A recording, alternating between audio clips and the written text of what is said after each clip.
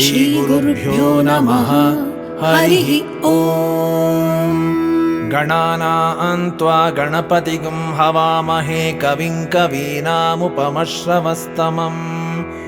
ज्येष्ठराजं ब्रह्मणां ब्रह्मणस्पत आनशृण्वन्नोतिभिः सीदसादनम् महागणपतये नमः। प्रणो देवी सरस्वती वाजेभिर्वाजिनीवती धीनामवित्रियवत् वाग्देव्यै नमः। हरिः ओम्। शुक्लाम्बरधरं विष्णुं शशिवर्णं चतुर्भुजम् प्रसन्नवदनं ध्यायेत् सर्वविघ्नोपशान्तये। नारायणं नमस्कृत्य नरं चैव नरोत्तमम् देवीं सरस्वतीं व्यासं ततो जयमुदीरयेत्। व्यासं वसिष्ठनप्तारं शक्तेः पौत्रमकल्मषम् पराशरात्मजं वन्दे शुकतातं तपोनिधिम्। व्यासाय विष्णुरूपाय व्यासरूपाय विष्णवे नमो वै ब्रह्मनिधये वासिष्ठाय नमो नमः। अविकाराय शुद्धाय नित्याय परमात्मने सदैकरूपरूपाय विष्णवे सर्वजिष्णवे। यस्य स्मरणमात्रेण जन्म संसारबन्धनात् विमुच्यते नमस्तस्मै विष्णवे प्रभविष्णवे। ॐ नमो विष्णवे प्रभविष्णवे। श्रीवैशम्पायन उवाच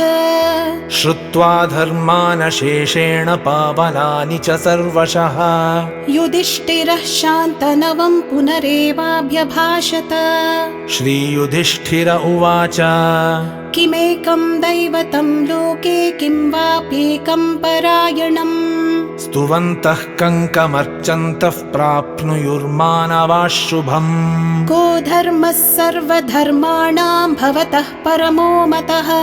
किं जपन्मुच्यते जन्तुर्जन्म संसारबन्धनात्। श्रीभीष्म उवाच जगत्प्रभुं देवदेवमनन्तं पुरुषोत्तमम् स्तुवन्नाम सहस्रेण पुरुषः सततोत्थितः। तमेव चार्चयन् नित्यं भक्त्या पुरुषमव्ययम्। ध्यायन् स्तुवन् नमस्यंश्च यजमानस्तमेव च। अनादिनिधनं विष्णुं सर्वलोकमहेश्वरम् लोकाध्यक्षं स्तुवन् नित्यं सर्वदुःखादिगो भवेत्। ब्रह्मण्यं सर्वधर्मज्ञं लोकानां कीर्तिवर्धनम् लोकनाथं महद्भूतं सर्वभूतभवोद्भवम्। एष मे सर्वधर्माणां धर्मोऽधिकतमो मतः। यद्भक्त्या पुण्डरीकाक्षं स्तवैरर्चेन्नरः सदा। परमय्यो महत्तेजः परमय्यो महत्तपः परमय्यो महद्ब्रह्म परमय्यः परायणम्। पवित्राणां पवित्रय्यो मङ्गलानां च मङ्गलम्। दैवतं देवतानां च भूतानां यो व्ययः पिता। यतः सर्वाणि भूतानि भवन्त्यादियुगागमे यस्मिंश्च प्रलयं यान्ति पुनरेव युगक्षये। तस्य लोकप्रधानस्य जगन्नाथस्य भूपते विष्णोर्नाम सहस्रं मे शृणु पापभयापहम्। यानि नामानि गौणानि विख्यातानि महात्मनः ऋषिभिः परिगीतानि तानि वक्ष्यामि भूतये। ऋषिर्नाम्नां सहस्रस्य वेदव्यासो महामुनिः छन्दोनुष्टुप् तथा देवो भगवान् देवकीसुतः। अमृतांशूद्भवो बीजं शक्तिर्देवकीनन्दनः त्रिसामा हृदयं तस्य शान्त्यर्थे विनियुज्यते। विष्णुं जिष्णुं महाविष्णुं प्रभविष्णुं महेश्वरम् अनेकरूपदैत्यान्तं नमामि पुरुषोत्तमम्। अस्य श्रीविष्णोर्दिव्यसहस्रनामस्तोत्रमहामन्त्रस्य श्रीवेदव्यासो भगवान् ऋषिः अनुष्टुप् छन्दः श्रीमहाविष्णुः परमात्मा श्रीमन्नारायणो देवता अमृतांशूद्भवो भानुरिति बीजम् देवकीनन्दनस्रष्टेति शक्तिः उद्भवः क्षोभणो देव इति परमो मन्त्रः शङ्खबृन्नन्दके चक्रीति कीलकम् शार्ङ्गधन्वा गदाधर इत्यस्त्रम् रथाङ्गपाणिरक्षोभ्य इति नेत्रम् त्रिसामासामगः सामेति कवचम् आनन्दम् परब्रह्मेति योनिः ऋतुः सुदर्शनः काल इति दिग्बन्धः श्रीविश्वरूप इति ध्यानम् श्रीमहाविष्णुः प्रीत्यर्थे सहस्रनामपारायणे विनियोगः ध्यानम् क्षीरोधन्वत्प्रदेशे शुचिमणिविलसत्सैकते मौक्तिकानाम् मालाकृप्तासनस्तस्फटिकमणिनिभैर्मौक्तिकैर्मण्डिताङ्गः शुभ्रैरभ्रैरदभ्रैरुपरि विरचितैर्मुक्तपीयूषवर्षैः आनन्दीनः पुनीयादरिनलिनगदा शङ्खपाणिर्मुकुन्दः भूः पादौ यस्य नाभिर्व्यदसुरनिलश्चन्द्रसूर्यौ च नेत्रे कर्णावाशा शिरोद्यौर्मुखमपि दहनो यस्य वास्तेयमब्धिः अन्तस्थं यस्य विश्वं सुरनरखगो भोगि गन्धर्वदैत्यैः चित्रं रम्यते तं त्रिभुवनवपुषं विष्णुमीशं नमामि ॐ नमो भगवते वासुदेवाय शान्ताकारं भुजगशयनं पद्मनाभं सुरेशं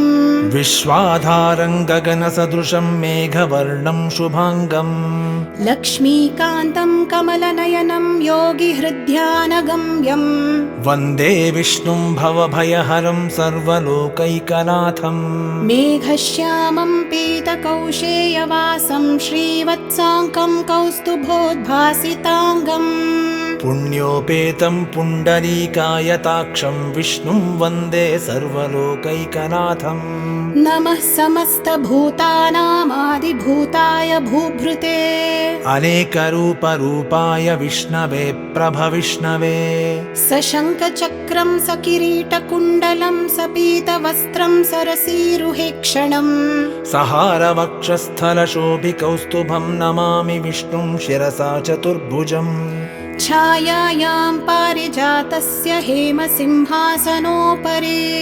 आसीनमम्बुधश्याममायताक्षमलङ्कृतम् चन्द्राननं चतुर्बाहुं श्रीवत्साङ्कितवक्षसम् रुक्मिणी सत्यभामाभ्यां सहितं कृष्णमाश्रये हरिः ॐ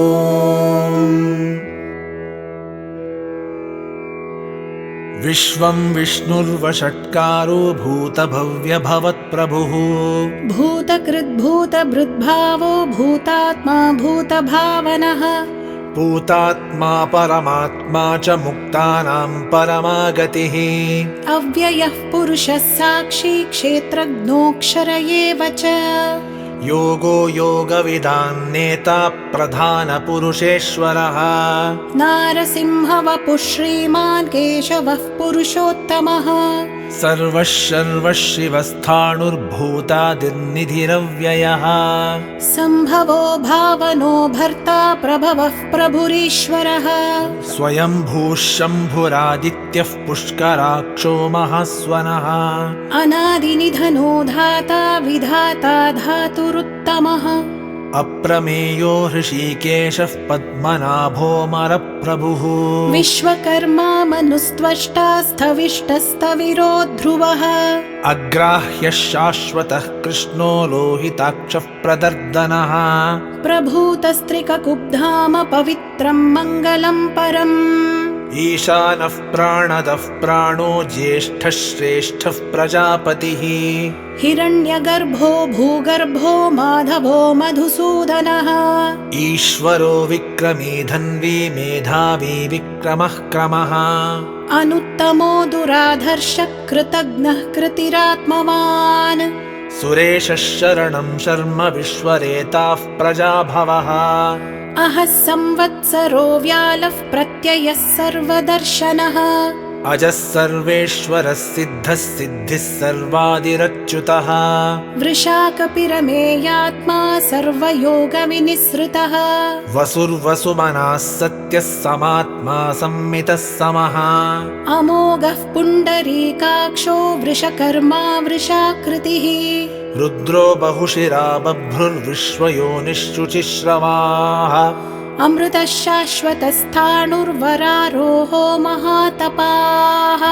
सर्वगः सर्वविद्भानुर्विश्वक्सेनो जनार्दनः वेदो वेदविदव्यङ्गो वेदाङ्गो वेदवित्कविः लोकाध्यक्षः सुराध्यक्षो धर्माध्यक्षः कृताकृतः चतुरात्मा चतुर्व्यूहश्चतुर्दंष्ट्रश्चतुर्भुजः भ्राजिष्णुर्भोजनं भोक्ता सहिष्णुर्जगदादिजः अनघो विजयो जेता विश्वयोनिः पुनर्वसुः उपेन्द्रो वामनः प्रांशुरमोघः शुचिरुर्जितः अतीन्द्रः सङ्ग्रहः सर्गो धृतात्मा नियमो यमः वेद्यो वैद्यः सदा योगी वीरः माधवो मधुः अतीन्द्रियो महामायो महोत्साहो महाबलः महाबुद्धिर्महावीर्यो महाशक्तिर्महाद्युतिः अनिर्देश्य वपुः श्रीमानमेयात्मा महादृधृक् महेश्वासो महीभर्ता श्रीनिवासः सताङ्गतिः अनिरुद्धः सुरानन्दो गोविन्दो गोविदाम्पतिः मरीचिर्दमनो हंसः सुपर्णो भुजगोत्तमः हिरण्यनाभः सुतपाः पद्मनाभः प्रजापतिः अमृत्युः सर्वदृक्सिंहः सन्धाता सन्धिमान् स्थिरः अजो दुर्मर्षणः शास्ता विश्रुतात्मा सुरारिः गुरुर्गुरुतमो धाम सत्यः सत्यपराक्रमः निमिषो निमिषस्रग्वी वाचस्पतिरुदारधीः अग्रणीर्ग्रामणी श्रीमान् न्यायो नेता समीरणः सहस्रमूर्धा विश्वात्मा सहस्राक्षः सहस्रपात् आवर्तनो निवृत्तात्मा संवृतः सम्प्रमर्दनः अहः संवर्तको वह्निरनिलो धरणीधरः सुप्रसादः प्रसन्नात्मा विश्वधृग्विश्वभुग्विभुः सत्कर्ता सत्कृतः साधुर्जह्नुर्नारायणो नरः असङ्ख्येयो प्रमेयात्मा विशिष्टः शिष्टकृच्छुचिः सिद्धार्थः सिद्धसङ्कल्पः सिद्धिदः सिद्धिसाधनः वृषाही वृषभो विष्णुर्वृषपर्वा वृषोदरः वर्धनो वर्धमानश्च विविक्तः श्रुतिसागरः सुभुजो दुर्धरो वाग्मी महीन्द्रो वसुदो वसुः नैकरूपो बृहद्रूपः शिपिविष्टः प्रकाशनः ओजस्तेजोद्युतिधरः प्रकाशात्मा प्रतापनः रुद्धः स्पष्टाक्षरो मन्त्रश्चन्द्रांशुर्भास्करद्युतिः अमृतांशुद्भवो भानुः शशबिन्दुः सुरेश्वरः औषधं जगतः सेतुः सत्यधर्मपराक्रमः भूतभव्यभवन्नाथः पवनः पावनो नरः कामः कामकृत्कान्तः कामः कामः प्रदः प्रभुः युगादिकृद्युगावर्तो नैकमायो महाशनः अदृश्यो व्यक्तरूपश्च सहस्रजिदनन्तजित् इष्टो विशिष्टः शिष्टेष्टः शिखण्डी नहुषो वृषः क्रोधः क्रोधकृत्कर्ता विश्वबाहुर्महीधरः अच्युतः प्रतितः प्राणः प्राणदो वासवानुजः अपां निधिरधिष्ठानमप्रमत्तः प्रतिष्ठितः स्कन्दस्कन्दधरो धुर्यो वरदो वायुवाहनः वासुदेवो बृहद्भानुरादिदेवः पुरन्दरः अशोकस्तारणस्तारः शूरः शौरिर्जनेश्वरः अनुकूलः शतावर्तः पद्मी पद्मनिभेक्षणः पद्मनाभोरविन्दाक्षः पद्मगर्भः शरीरभृत् महद्भिर्रुद्धो वृद्धात्मा महाक्षो गरुडध्वजः अतुलशरभो भीमः समयज्ञो हविर्हरिः सर्वलक्षणलक्षण्यो लक्ष्मीवान् समितिञ्जयः विक्षरो रोहितो मार्गो हेतुर्दामोदरः सहः महीधरो महाभागो वेगवानमिताशनः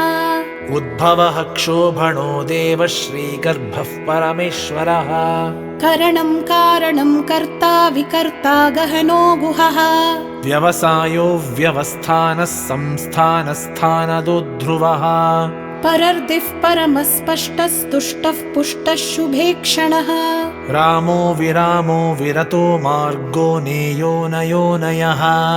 वीरः शक्तिमतां श्रेष्ठो धर्मो धर्मविदुत्तमः वैकुण्ठः पुरुषः प्राणः प्राणदः प्रणवः पृथुः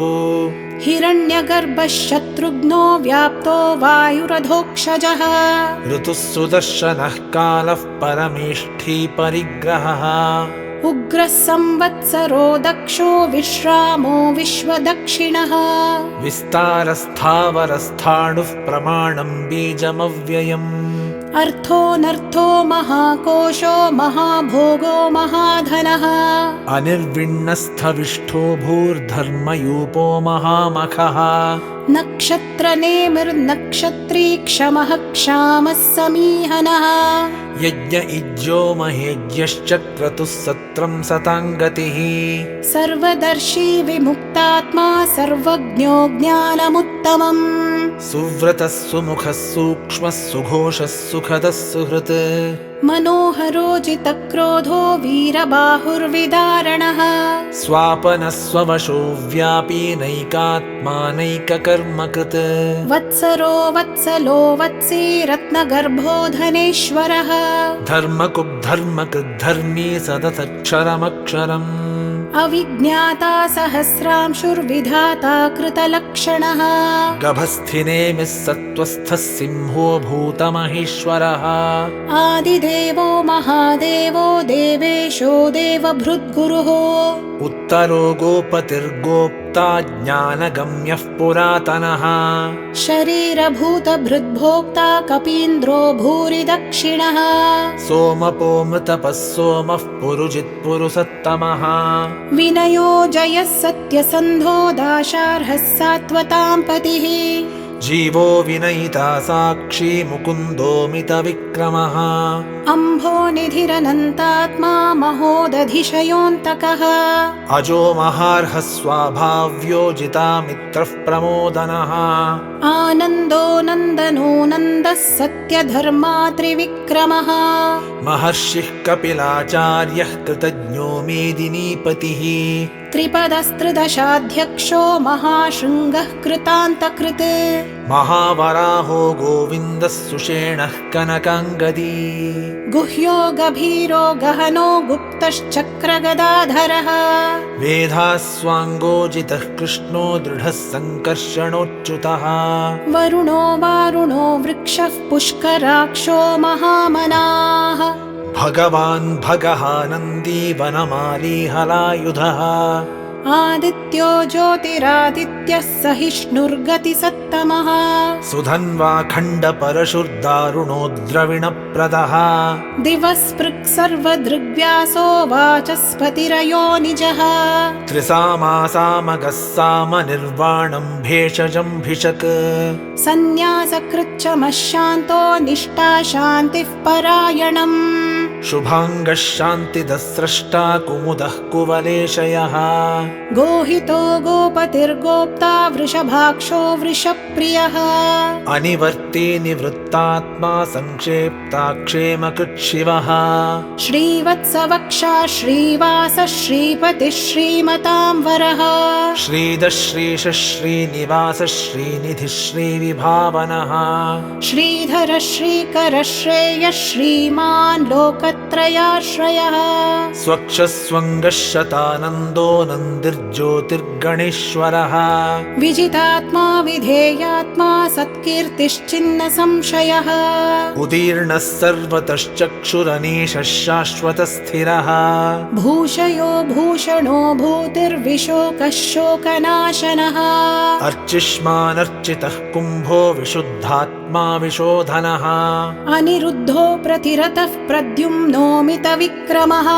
कालनेमिनिः वीरः शौरिः शूरजनेश्वरः त्रिलोकात्मा त्रिलोकेशः केशवः केशिहा हरिः कामदेवः कामपारः कामीकान्तः कृतागमः अनिर्देश्य वपुर्विष्णुर्वीरोऽनन्तो धनञ्जयः ब्रह्मण्यो ब्रह्मकृद्ब्रह्मा ब्रह्म ब्रह्मविवर्धनः ब्रह्मविद् ब्राह्मणो ब्रह्मी ब्रह्मज्ञो ब्राह्मणप्रियः महाक्रमो महाकर्मा महातेजा महोरगः महाक्रतुर्महायज्वा महायज्ञो महाहविः स्तव्यस्तव प्रियस्तोत्रं स्तुतिस्तोतारणप्रियः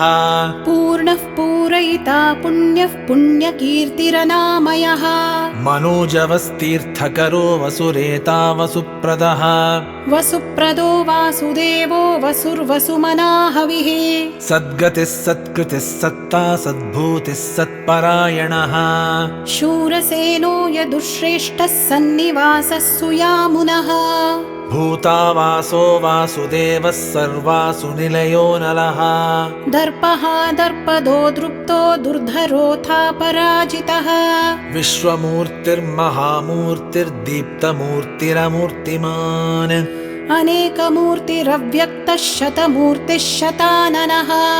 एकोनैकः सवः कः कियत्तत्पदमनुत्तमम् लोकबन्धुर्लोकनाथो माधवो भक्तवत्सलः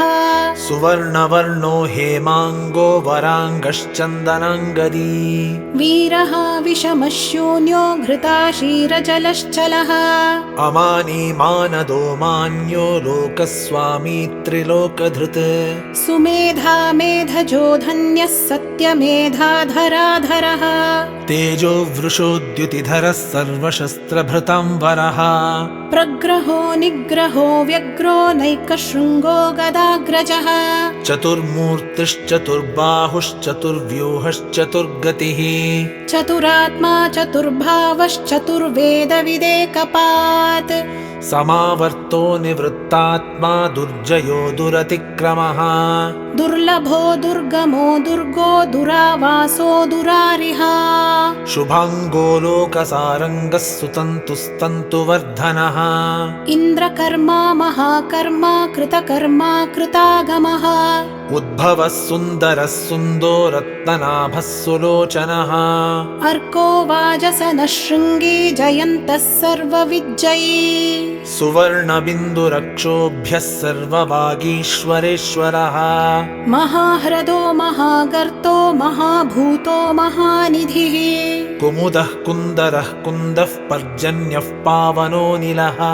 अमृतांशोऽमृतवपुः सर्वज्ञः सर्वतोमुखः सुलभः सुव्रतः सिद्धः शत्रुजिच्छत्रुतापनः न्यग्रोधो दुम्बरोऽश्वत्थश्चाणूरान्ध्रनिषूदनः सहस्रार्चिः सप्तजिह्वः सप्तैधा सप्तवाहनः अमूर्तिरनघोचिन्त्यो भयकृद्भयनाशनः अणुर्बृहत्कृशस्थूलो गुणभृन्निर्गुणो महान् अधृतस्वधृतस्वास्यः प्राग्वंशो वंशवर्धनः भारभृत्कथितो योगी योगीशः सर्वकामदः आश्रमश्रवणः क्षामः सुपर्णो वायुवाहनः धनुर्धरो धनुर्वेदो दण्डो दमयिता दमः अपराजितः सर्वसहो नियन्ता नियमो यमः सत्त्ववान् सात्विकः सत्यः सत्यधर्मपरायणः अभिप्रायः प्रियार्होर्हः प्रियकृत्प्रीतिवर्धनः विहाय सगतिर्ज्योतिः सुरुचिर्हुतभुग्विभुः रविर्विरोचनः सूर्यः सविता रविलोचनः अनन्तो हुतभुग्भोक्ता सुखदो नैकजोऽग्रजः अनिर्विण्णः सदामर्षि लोकाधिष्ठानमद्भुतः सनातनतमः कपिलः कपिरव्ययः स्वस्तिदः स्वस्ति कृत् स्वस्ति स्वस्ति भुक् स्वस्ति दक्षिणः अरौद्रः कुण्डली चक्री विक्रम्योर्जितशासनः शब्दातिगः शब्दसः शिशिरः शर्वरीकरा अक्रूरः पेशरो दक्षो दक्षिणः क्षमिणाम्बरः विद्वत्तमो वेदभयः पुण्यश्रवणकीर्तनः उत्तारणो दुष्कृतिः पुण्यो दुःस्वप्ननाशनः वीरः रक्षणः सन्तो जीवनः पर्यवस्थितः अनन्तरूपोऽनन्तश्रीर्जितमन्युर्भयापहः चतुरश्रो गभीरात्मा विदिशो व्यादिशो दिशः अनादिर्भूर्भुवो लक्ष्मीः सुवीरो रुचिरङ्गदः जननो जनजन्मादिर्भीमो भीमपराक्रमः आधारनिलयो धाता पुष्पहासः प्रजागरः ऊर्ध्वगः सत्पथाचारः प्राणदः प्रणवः पणः प्रमाणं प्राणनिलयः प्राणभृत् प्राणजीवनः तत्त्वं तत्त्वविदेकात्मा जन्म मृत्युजरातिगः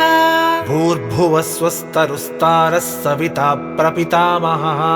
यज्ञो यज्ञपतिर्यज्वा यज्ञाङ्गो यज्ञवाहनः यज्ञभृद्यज्ञकृद्यज्ञी यज्ञभुग्यज्ञसाधनः यज्ञान्तकृद्यज्ञगुह्यमन्नमन्नादयेव च आत्मयोनिः स्वयं जातो वैखानः सामगायनः देवकीनन्दनः स्रष्टा क्षितीशः पापनाशनः शङ्खभृङ्नन्दकी चक्रीशार्ङ्गधन्वा गदाधरः रथाङ्गपाणिरक्षोभ्यः सर्वप्रहरणायुधः सर्वप्रहरणायुध ॐ नम इति वनमाली गदीशार्ङ्गी शङ्खी चक्री च नन्दकी श्रीमान्नारायणो विष्णुर्वासुदेवोऽभिरक्षतु वनमाली गदीशार्ङ्गी शङ्खी चक्री च नन्दकी श्रीमान्नारायणो विष्णुर्वासुदेवोऽभिरक्षतु वनमाली गदीशार्ङ्गी शङ्खी चक्री च नन्दकी श्रीमान्नारायणो विष्णुर्वासुदेवोऽभिरक्षतु श्रीवासुदेवोऽभिरक्षतु ॐ नम इति श्रीभीष्म उवाच इतीदं कीर्तनीयस्य केशवस्य महात्मनः नाम्नां सहस्रं दिव्यानामशेषेण प्रकीर्तितम् य इदं शृणुयान्नित्यं यश्चापि परिकीर्तयेत् नाशुभं प्राप्नुयात् किञ्चित् सोमुत्रेह च मानवः वेदान्तगो ब्राह्मणः स्यात् क्षत्रियो विजयी भवेत् वैश्यो धनसमृद्धः स्यात् शूद्रः सुखमवाप्नुयात् धर्मार्थी प्राप्नुयात् धर्ममर्थार्थी चार्थमाप्नुयात् कामानवाप्नुयात् कामी प्रजार्थी चाप्नुयात् प्रजाम् भक्तिमान्यः सदोत्थाय शुचिस्तद्गतमानसः सहस्रं वासुदेवस्य नाम्नामेतत् प्रकीर्तयेत् यशः प्राप्नोति विपुलं ज्ञातिप्राधान्यमेव च अचलां श्रियमाप्नोति श्रेयः प्राप्नोत्यनुत्तमम् न भयं क्वचिदाप्नोति वीर्यं तेजश्च विन्दति भवत्यरोगोद्युतिमान् बलरूपगुणान्वितः रोगार्थो मुच्यते रोगात् बद्धो मुच्येत बन्धनात्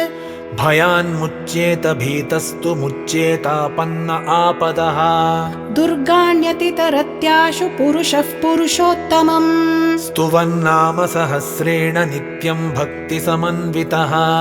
वासुदेवाश्रयो मर्त्यो वासुदेवपरायणः सर्वपापविशुद्धात्मा याति ब्रह्म सनातनम् न वासुदेव भक्तानामशुभं विद्यते क्वचित् जन्म मृत्युजरा व्याधि भयं नैवोपजायते इमं स्तवमधीयानः श्रद्धा श्रद्धा भक्तिसमन्वितः युज्येतात्मसुखक्षान्तिः श्रीधृतिस्मृतिकीर्तिभिः न क्रोधो न च मात्सर्यं न लोभो नाशुभा मतिः भवन्ति कृतपुण्यानां भक्तानां पुरुषोत्तमे द्यौस चन्द्रार्कनक्षत्राखं दिशो भूर्महो दधिः वासुदेवस्य वीर्येण विधृतानि महात्मनः ससुरासुरगन्धर्वं स यक्षोरगराक्षसम्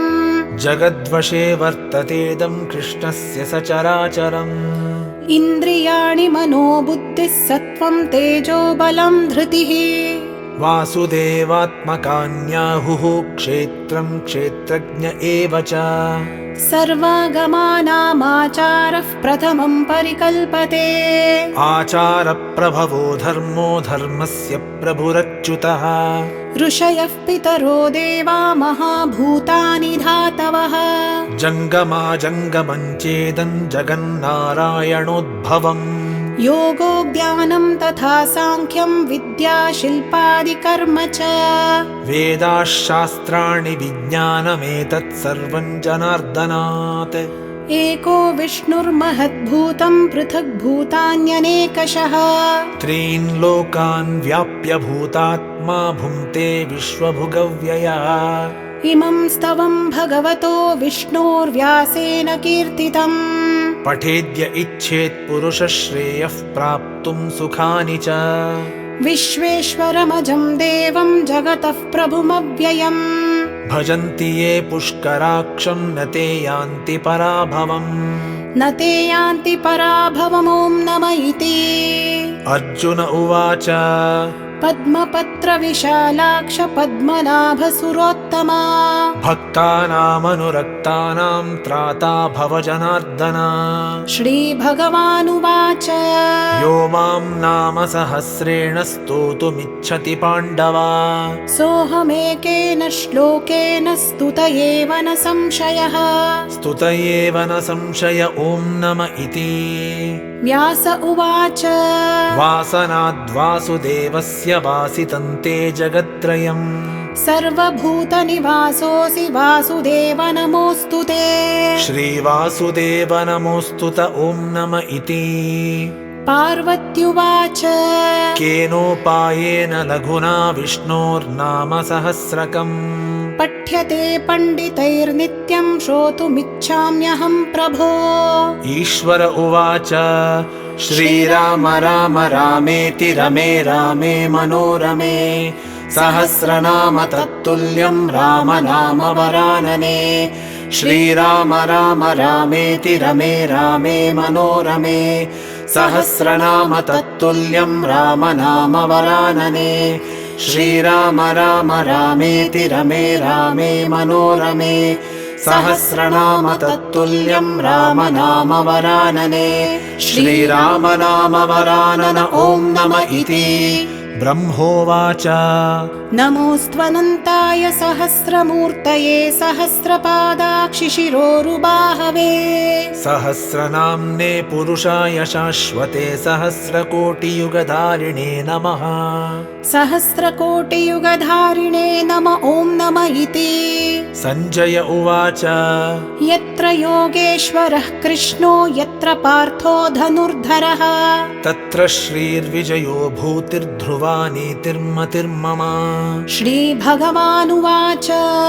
अनन्याश्चिन्तयन्तो मां ये जनाः पर्युपासते तेषां नित्याभियुक्तानां योगक्षेमं वहाम्यहम् परित्राणाय साधूनां विनाशाय च दुष्कृताम् धर्मसंस्थापनार्थाय सम्भवामि युगे युगे आर्ता विषण्णाः शिथिलाश्च भीता घोरेषु च व्याधिषु वर्तमानाः संकीर्त्य नारायण शब्दमात्रं विमुक्तदुःखाः सुखिनो भवन्तु कायेन वाचा मनसेन्द्रियैर्वा बुद्ध्यात्मना वा प्रकृते स्वभावात् करोमि यद्यत् सकलं परस्मै नारायणायेति समर्पयामि श्रीमन्नारायणायेति समर्पयामि ॐ शान्ति शान्ति शान्तिः।